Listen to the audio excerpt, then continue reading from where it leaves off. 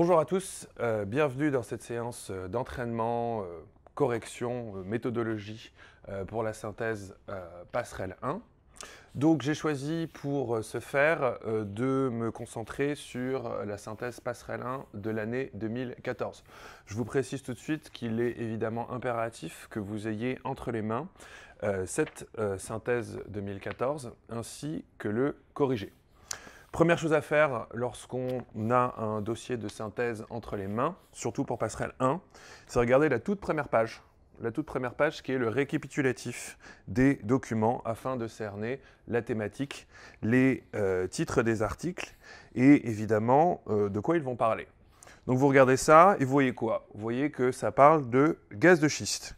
Bon, vous doutez bien hein, à la lecture de ces titres qu'il va être question donc d'environnement, d'avantages énergétiques, de coûts environnementaux, de chômage, d'emploi et de ressources supplémentaires pour les pays en question.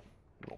Une fois que ça c'est fait, une fois que vous avez regardé les titres, on va prendre les documents tous les uns à la suite des autres afin d'en retirer les 4-5 idées principales qu'ensuite il faudra réagencer autour d'un plan détaillé.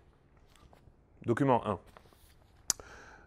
3 idées principales. Premièrement, le gaz méthane est un gaz dangereux et le gaz méthane est malheureusement, entre guillemets, le gaz qui est relâché lors de l'exploitation du gaz de schiste, lors de son extraction. Bon. On voit également dans ce document 1 des expertises et des contre-expertises scientifiques qui se contredisent les unes les autres au sujet justement de ce gaz méthane. Donc, idée numéro 1, le gaz méthane est dangereux. Il est relâché lors de l'extraction du gaz de schiste et du pétrole de schiste, premièrement. Deuxièmement, seconde idée, les scientifiques ne sont pas d'accord entre eux quant au volume de gaz qui sont relâchés dans l'air. Troisième chose à retenir dans cet article, les dangers concrets. 21, une exploitation qui présente des risques. Je vous renvoie directement à cela. Enfin, solution à la toute fin de l'article. Faites toujours attention à la fin des articles, souvent il y a des solutions. Je cite, cette question des émissions fugitives pourrait être résolue grâce à l'utilisation de nouveaux matériels d'ores et déjà disponibles, assure-t-on chez Total, où l'on insiste sur les carences réglementaires américaines. Peut-être qu'il y aurait des solutions proposées par un certain nombre de grandes firmes multinationales. Attention. Document 2. Le titre, toujours le titre. En France, l'énergie coûterait un peu moins cher. C'est-à-dire que l'avantage économique, financier, énergétique qu'on pourrait en tirer est quand même minime, bien que quand même évaluable. Bon. Pourquoi cela? C'est précisé au paragraphe 1, 2, 3, 4. Les coûts de production seront plus élevés ici qu'aux États-Unis. Donc en gros, ça rapportera moins. Document 3. L'impact environnemental sur les territoires. Donc ça, c'est un élément extrêmement important qui est mis en avant à de nombreuses reprises dans le dossier. Le déboisement, la déforestation, l'impact également sur les sols, puisque la technologie utilisée est celle de la fracturation hydraulique, qui a, entre autres désavantages, le fait de littéralement trouer le sol à de multiples reprises. Document 4. Tout comprendre sur le gaz de schiste. Alors faites attention à ce document parce qu'il est un peu piège. C'est un document assez scientifique, entre guillemets, qui rentre dans des détails un petit peu physiques, un peu chimiques sur les techniques et les technologies nécessaires pour exploiter le gaz de schiste. Ne vous perdez pas là-dedans. Parcourez-le très vite. Retenez juste que 1. Il faut entre 10 et 15 millions de litres d'eau pour chaque puits pour du gaz de schiste, qu'il y a 450 000 milliards de mètres cubes de gaz de schiste répartis sur la surface du globe, enfin dans le sous-sol du globe plutôt, et qu'on en aurait pour à peu près 140 ans d'exploitation.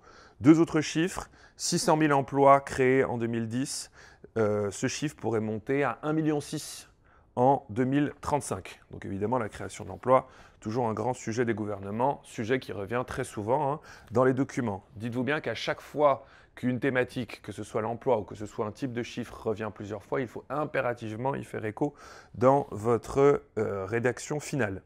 Document 5. Les opposants au gaz de schiste sont de plus en plus mobilisés dans le monde. Un exemple concret, le recul de la firme Chevron aux États-Unis, la firme Chevron américaine qui a reculé en Roumanie suite à la protestation des populations locales. Parce qu'on constate dans ces documents que les populations sont quand même très largement opposées à l'exploitation du gaz de schiste, étant donné les désagréments environnementaux qu'elles doivent subir. Exploitation qui va jusqu'à la violence. Au Canada, une opposition musclée, coups de feu, cocktail Molotov, etc. Même au Royaume-Uni, pays libéral, le mécontentement se fait sentir. En France, le principe de précaution faisant la loi, le lobbying reste impuissant vis-à-vis du Conseil constitutionnel et de l'Assemblée nationale. Document 6. Le gaz de schiste, un véritable enjeu. Alors là, on a un document pro-gaz de schiste. Donc vous voyez que les documents alternent toujours, pro et anti. Donc évidemment, il faudra rendre compte de cette dichotomie au sein de votre synthèse finale. La baisse des prix qui résulterait de l'exploitation du gaz de schiste serait peut-être modique, certes, mais en tout cas, l'exploitation du gaz de schiste, c'est toujours mieux que le charbon, qui pour le moment est l'alternative principale en Chine et en partie aux États-Unis, et ce serait en tout cas mieux en termes de déchets que pour le nucléaire. La grande question qui est posée dans cet article, c'est comment est-ce qu'on pourrait en France réduire le nucléaire si on ne passe pas par le gaz de schiste? C'est impossible. Paradoxe. Document 7. Pourquoi le gaz de schiste peut attendre? Un argument économique principal dans ce document. Le fait que si nous gardons en France nos réserves de gaz de schiste, elles seront valorisées mécaniquement. Plus on attendra, plus elles seront valorisées. Donc ça vaut peut-être le coup d'attendre. Document 8. Document 8 est un document qui analyse l'opinion publique française au sujet du gaz de schiste. En gros, on remarque que l'opinion française commence à se détendre quelque peu, à s'ouvrir quelque peu. On voit même que les Verts, à 56%, seraient prêts à accepter l'exploitation du gaz de schiste si c'était en termes d'environnement, si c'était complètement propre. Bon, à prendre en compte. 74% des sondés pensent que l'exploitation du gaz de schiste créerait de nouveaux emplois. À prendre en compte. 60% considèrent que ça nous libérerait en partie du nucléaire. À prendre en compte. Bon. Donc ce changement de l'opinion française, il faudra y faire écho. Document 9, le non-mais du Conseil constitutionnel. En gros, pour le moment, le Conseil constitutionnel français est contre, mais il laisse certaines ouvertures. Retenir le non-mais. Non pour le moment, en l'état, mais possibilité d'ouverture. C'est ce qu'il y a à retenir de ce document. Document 10. Document qui révèle un petit peu la psychose, la diabolisation au sujet du gaz de schiste en France. Ce type d'énergie actuellement est voué aux gémonies, c'est-à-dire qu'aucun homme politique, ni de droite ni de gauche, n'ose prendre sa défense. Aucun homme politique, ni de droite ni de gauche, n'ose dire que ça pourrait être une opportunité pour la France. Bon.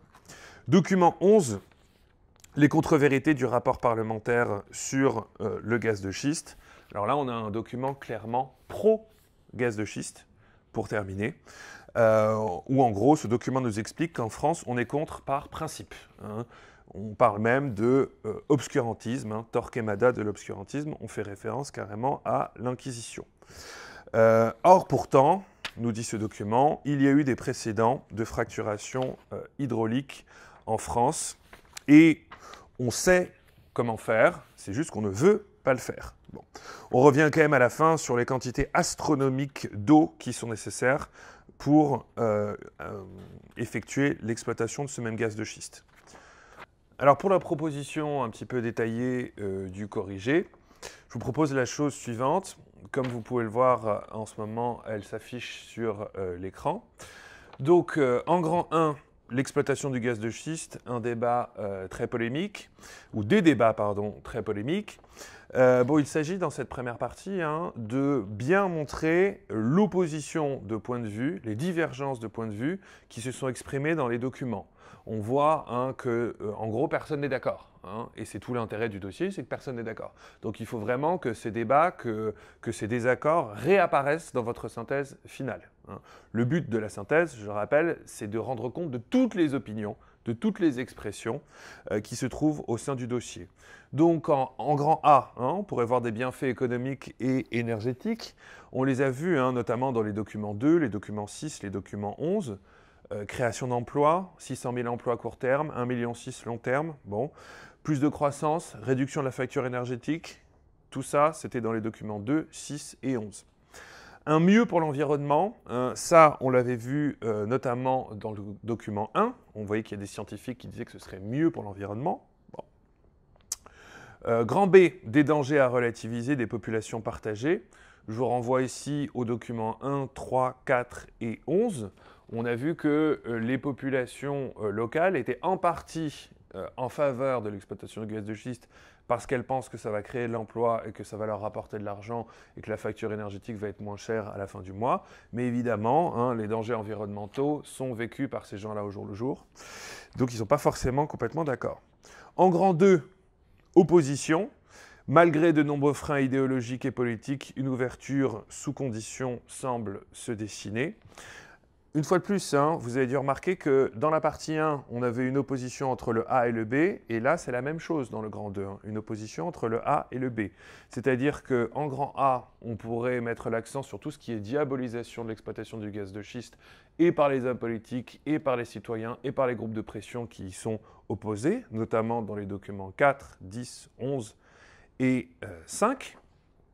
De l'autre, des possibilités d'ouverture sous conditions, dans les documents 6, 7, 8 et 9. Donc, je vous le redis, hein, il faut vraiment bien que vous mettiez l'accent sur les oppositions qui se développent, hein, au sein du dossier et que vous en rendiez compte. Je vous reprécise bien entendu que pour les synthèses passerelles 1, il n'est pas nécessaire de faire des conclusions, donc pas de conclusion. Je vous remercie beaucoup de votre attention et j'espère vous voir bientôt en stage.